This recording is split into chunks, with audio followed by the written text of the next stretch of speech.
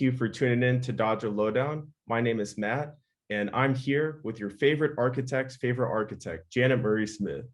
Janet is currently the Executive Vice President of Baseball's Stadium Planning and Development for the Dodgers, and she's probably best known for her work on Orioles Park at Camden Yards. So thank you for joining me today. Oh, thanks for having me. Yeah, of course. Sitting here at Dodger Stadium, heading into the season, finally having fans out here again. Yeah. So full disclosure, we are talking right now because you ran into my dad while he was working EMT shift, I think the opening week. So yeah. So how much of your creativity or just some of the things that spark ideas are spawned from running into random people at the ballpark?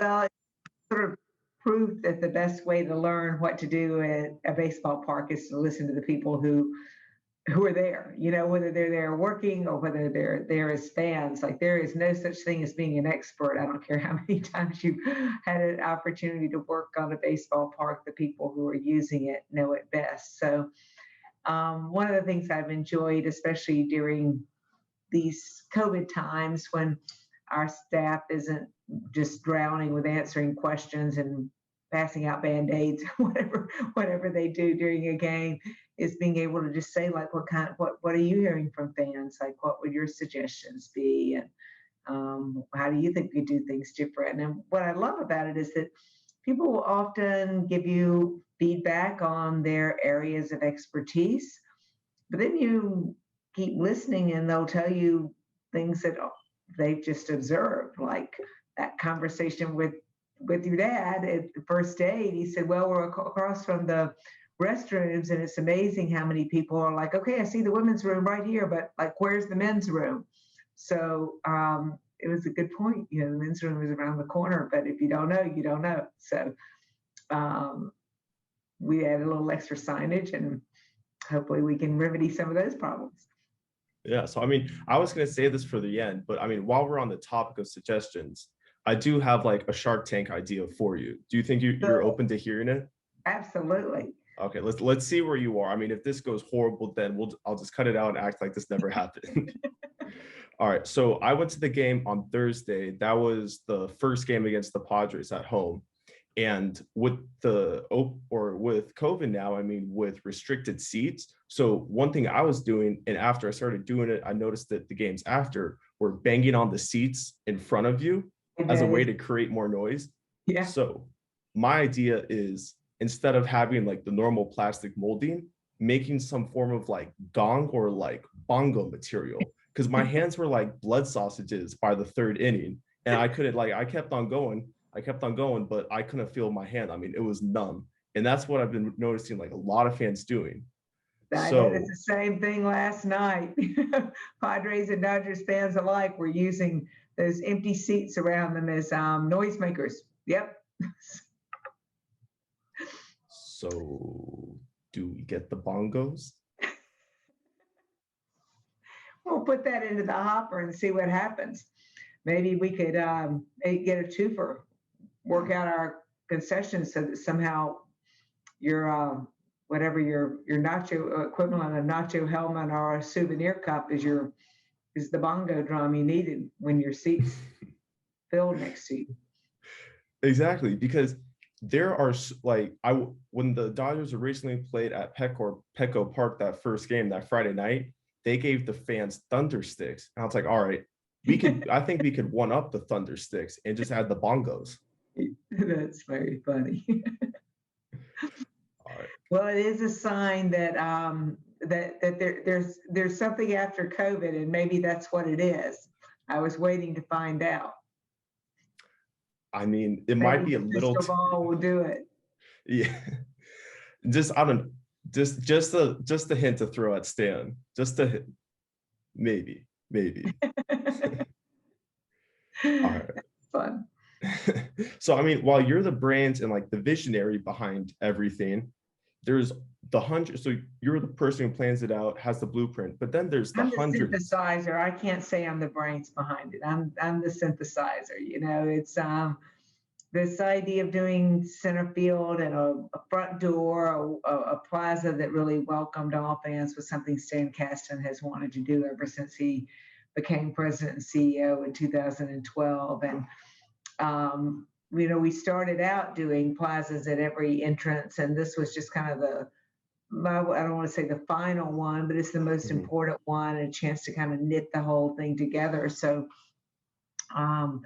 we've gotten just great feedback all along as we've done the plaza on the top deck and the reserve levels, and really tried to make this whole thing feel like it's a building that's its roots are in 1962, but we want fans to feel like it can compete with ease with the new parks in terms of the amenities that we're offering. Well, I mean, kind of what I was thinking about, like with all these things happening, how or do you have relationships with the construction workers who are making it happen? Because they're truly like the unsung hero behind this. I mean, they're the ones putting the muscle in. Yeah. And I think one of the most disappointing things about COVID was that we didn't get a chance to put a spotlight on them the way we wanted to.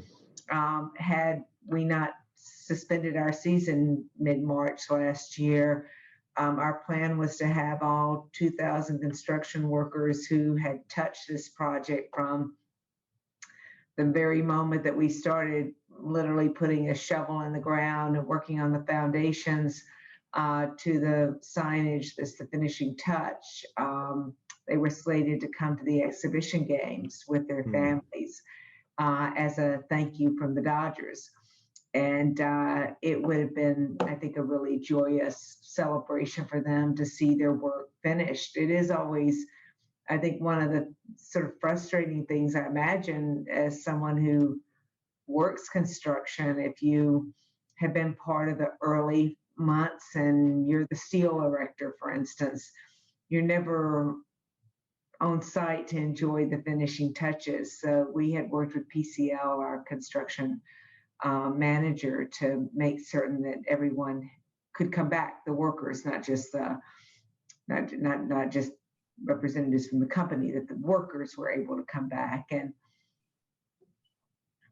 no fans in 2020 and no fans at the exhibition games in 2021, and then opening it with such limited capacity, that opportunity just evaporated. So I don't know if we'll ever have a chance to rewind the tape and get those people back again, but your question is a reminder that it wouldn't be without all of those folks. And of course, the other key components are the architects and engineers who authored all those drawings. We've got just thousands and thousands of pages of drawings, and the effort that they put into it is something that we always like to honor and celebrate too. Our architects, our landscape architects, our structural engineers, civil engineer, lighting engineers, acoustical engineers, it just goes on and on and on. It's that's maybe the most important of our challenges, is to pull that team together and have them work really fast, because you've got to have it done in the off season. So you have to do a lot of planning during the season to be ready to start a project like this as soon as the season ends. Now, do you have, because there's so many people that you run into, because it's just the details of everything. Like you said, the acoustical engineers, and then the civil engineers. So do you have any relationships from the people all the way back at your days when you're attending Mississippi State, or you still call them up, or right now things are crazy, but would even sit down and have dinner? Well, yes, over the course of, career, you do have people you stay in touch with and that you have a chance to work with, repeatedly. And I'm trying to think on this project that we've just finished.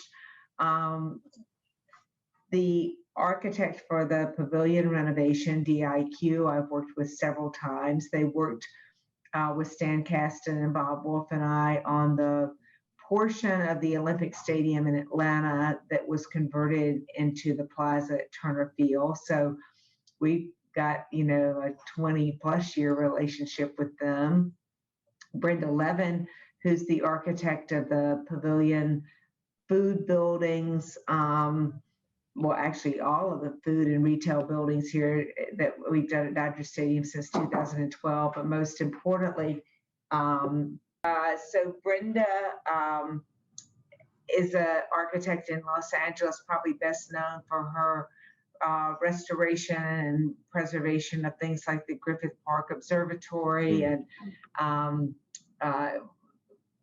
other City Hall, other notable historic structures. And I've known Brenda since I lived in Los Angeles in the mid 80s and worked on revitalization projects downtown. So I guess she would fall in that category. And then there are people that are brand new to me like this. I had not met PCL, our contractor, until we interviewed them to do the projects that we worked on in 2014. And I guess now that seems like a long time ago, but still it's a relatively new team member to the Dodgers.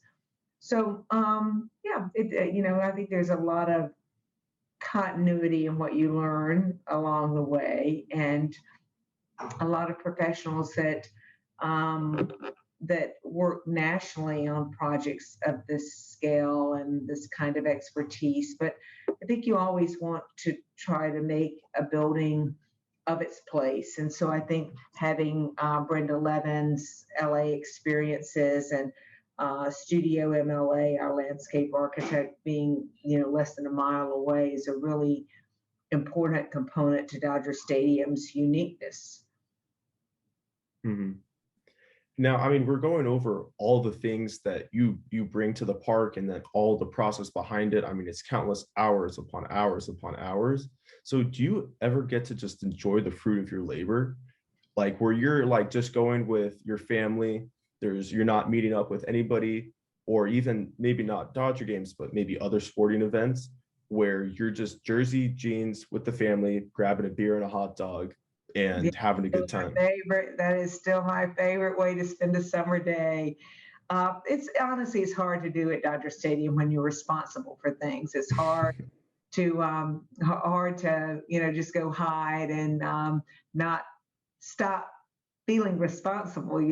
So maybe the best thing to do is go watch baseball at somebody else's park where you can just enjoy the game. But I think we do all still try to find those moments where we get rid of our badge and just try to move around the building and understand what it's like to be a fan. I think it's so important. I've always felt really lucky that I knew Dodger Stadium as a fan before I ever started working in baseball, because this building doesn't behave like most ballparks. And I feel lucky that I knew it as a fan first, and a fan with a budget that put me in the cheap seats, so I have a pretty good feel for what it's like to spend time on the reserve level. And I still rather enjoy putting on a sweatshirt and just going out there and just enjoying baseball. But it is hard to do when you feel responsible with a capital R for so much of what's going on. And when you have a new project as significant as the one that we just did, I think you don't ever want to leave it prematurely. You want to just walk around and take it in and try to always massage around the edges and think of what you can do to make it better and help the people who are running it understand, how you can use some of the things that were put out there, how we can modify what we put out there to make their life easier too. Mm-hmm. Because that was the one thing I was thinking about when, like, I'm trying to understand your perspective and how you go to a game and how much different it is than just average fan like myself. Because I was thinking about like this, like that's where I go to escape, but I mean that's where you go as a job. So I feel like there's no, maybe it's a different kind of escape, or there's no escape in general.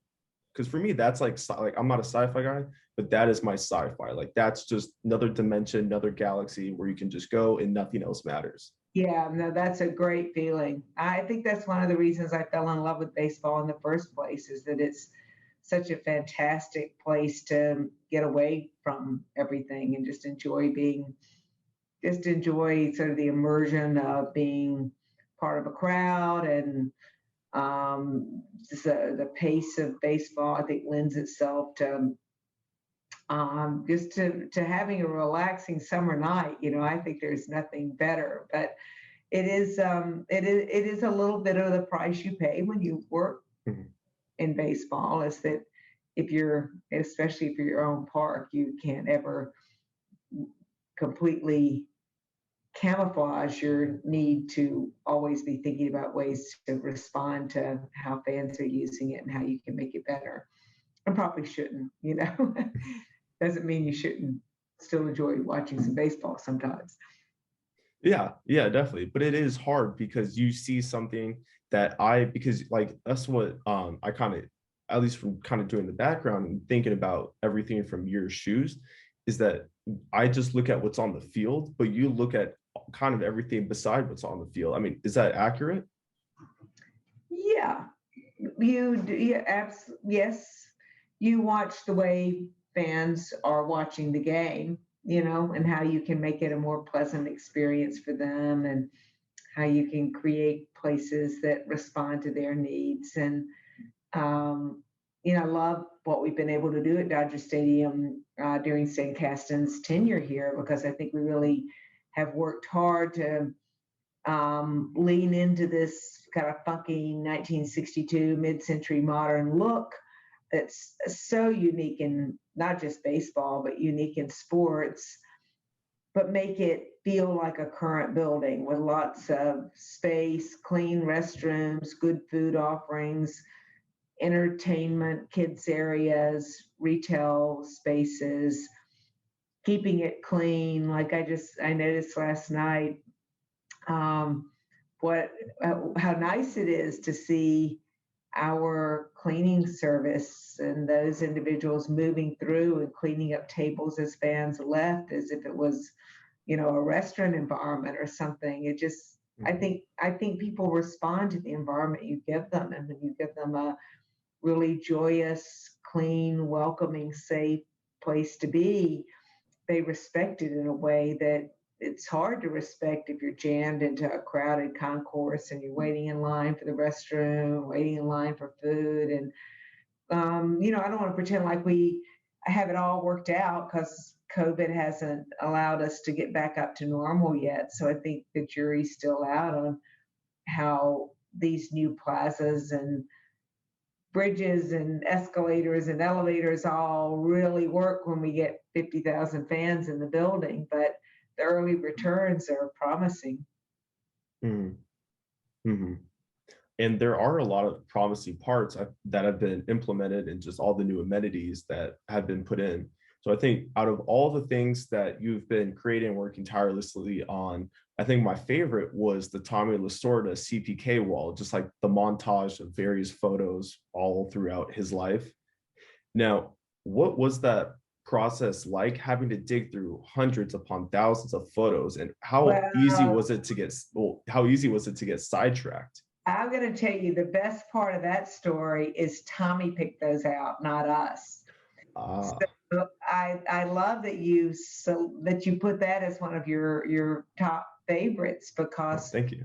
I think a historian coming through might say, well, you didn't curate this in a way that it's the most significant parts of Tommy's career, but that's because that wasn't the objective. We asked Tommy to give us some photographs. At the time, we were actually working on a different project, but we wanted it to be kind of all Tommy and reflect Mm, Tommy's personality. So those photos are things that he picked. And it's fun that he picked, I think there probably is a 1988 World Series trophy in there, but I think there's only one. Like the rest of them are photos of him with people. And he loved telling the story about Frank Sinatra singing the national anthem when he first became manager. And there's that photo. And he loved Vero, and he loved telling stories about being at Vero Beach. And there's one of he with a very young Jaime Herrera at Vero Beach, and it's just, that's all Tommy, that's what Tommy picked. Because I mean, I imagine that it was just for me. I can imagine how easy it was to get sidetracked when talking to Tommy, because he is kind of like a baseball Forrest Gump, Oh yeah, where no, he's you're yeah. right. I would sometimes take a picture to Tommy and say, "Thanks for giving this to us, but who are these other two people in the photo?" And an hour later, I'd leave knowing the answer. He could always tell you a complete story about anything you took to him, and we'll miss him for lots of reasons, but that's a big one. He was just a walking, colorful teller of tales, and it just told a lot about the Dodgers and their colorful history. Yeah, I mean, he was a true like silver tongue like rabble rouser, because there's not a lot of guys in baseball right now. I mean, love Dave Roberts, he's done a great job, but he's pretty even keel. Where I think that was the part that I appreciated the most about Tommy Yeah, is Tommy didn't how. try to be even keeled. Do you have any stories of him just being absolutely crazy and hopefully somewhat appropriate? No, Mm, well, of course, some of that may be a reflection of the fact that by the time I started working for the Dodgers, Tommy was long past being in uniform and being on the field, and he played every role in his life well, but he certainly played the role of, I think, being an inspiration to players in uniform today and a resource for those of us who were working on Dodger Stadium. He played that well, and he mm. always had time. He always gave us whatever time we needed, and I really value that. I mean, how could you not? But the Dodgers are full of royalty, baseball royalty. So, in almost every corner of the building, there's someone who can teach you something about a significant moment in history. It's really kind of amazing. Yeah, it is insane. That was one of the things I picked up on when taking a tour of the stadium last week, is that our like bar for success and then things that you put up on a stadium to remember is so much higher than other franchises. Like for example, the Padres had a ceremony when Joe Musgrove threw a no-hitter for them the other day. And for us, like the dog, but for us, like a no hitter is, I mean, it's just whatever. I mean, it's just something that passes you by. Well, I It, don't know. It's not an everyday thing. well, Yeah. but I mean, oh, I just like to talk trash. But I for Josh Beckett's no hitter, like it was in the bar, but it was a very small select area that you wouldn't see front and center because there are so many bigger accomplishments you can put front and center. Well, I think that's part of the fun, though, is that we do have Mm, so many special moments through a baseball lens, and then so many stories that are just special too. And not all of it is serious baseball. It's our bullpen cart from the '80s is sitting out there, and yeah. the trunks that the players used to use to carry their stuff back in the days when they were in Brooklyn and taking the train to other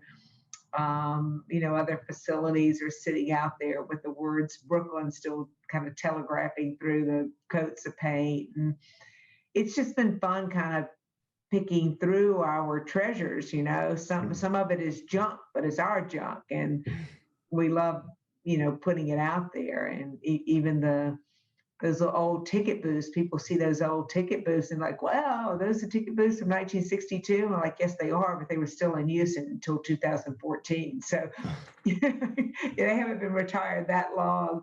But we've had fun putting things out there and fun with the way fans react to it. Yeah. So, I mean, as we're wrapping up, you've kind of flashed it a little bit here and there, but can you show us the ring that you got today? Yeah, I can show it to you every day. Now, let's see, I haven't learned quite how to flash it around so you can fully appreciate it, but Oh, you got to I'll do the single practice. ladies. I'm going to practice on you, Okay. You got to do the Beyonce single ladies. I guess. I don't know. You hard to sort of flap your finger with something this heavy. True. But I'm going to practice that too. Yeah, so I mean, just last question. I mean, when you see the World Series, when you see the ring, and then you see all the work that went to the stadium, just how does, I mean, it's such a basic to softball, but like, how does that feel? God, it feels fantastic. I mean, it feels nothing short of fantastic. And I think there's no accident that these things come together at the same time. You know, I think Stan Kasten has said 1,000 times that, you know, we're the Dodgers and we're committed to success on and off the field. And I think the mandate that Mark Walters gave us when Guggenheim and their partners purchased the club was make this first class all the way, make the experience first class, make the on field performance first class. Like there's no reason for us to be anything less. It's the Dodgers, it's Los Angeles. It's one of the most storied franchises in all of sports. Like we owe it to our fans to act that way. Yeah, this today felt like we'd succeeded and kind of wiped out some of the sting of the game last night too. It doesn't matter. Everybody's hurt right now. Well, we'll hope for a better outcome. Well, you can't win them all, even though you try. Yeah, exactly. All right. Well, just want to say thank you so much for joining me again. Again, my name is. Absolutely. Yeah. Well, I look forward to seeing you out here. Oh yeah, once everything's like just COVID is an afterthought, we'll definitely meet up again and hopefully do some content in person. Good. I'd like that. Yeah. I enjoyed your story on Dodger Stadium too. That's kind of what caught my eye, that you had looked and not just the baseball, but at the venue itself. That was a good piece. Thanks. Yeah. Oh, appreciate it. Thank you. Thank you. All right. We'll talk more Dodger Stadium as the months go on. Yeah. All right. So once again, this is Janet Marie Smith with me, Matt from Dodger Lowdown. You can follow us, and all of our handles will be listed below. So thank you guys, and have a wonderful day.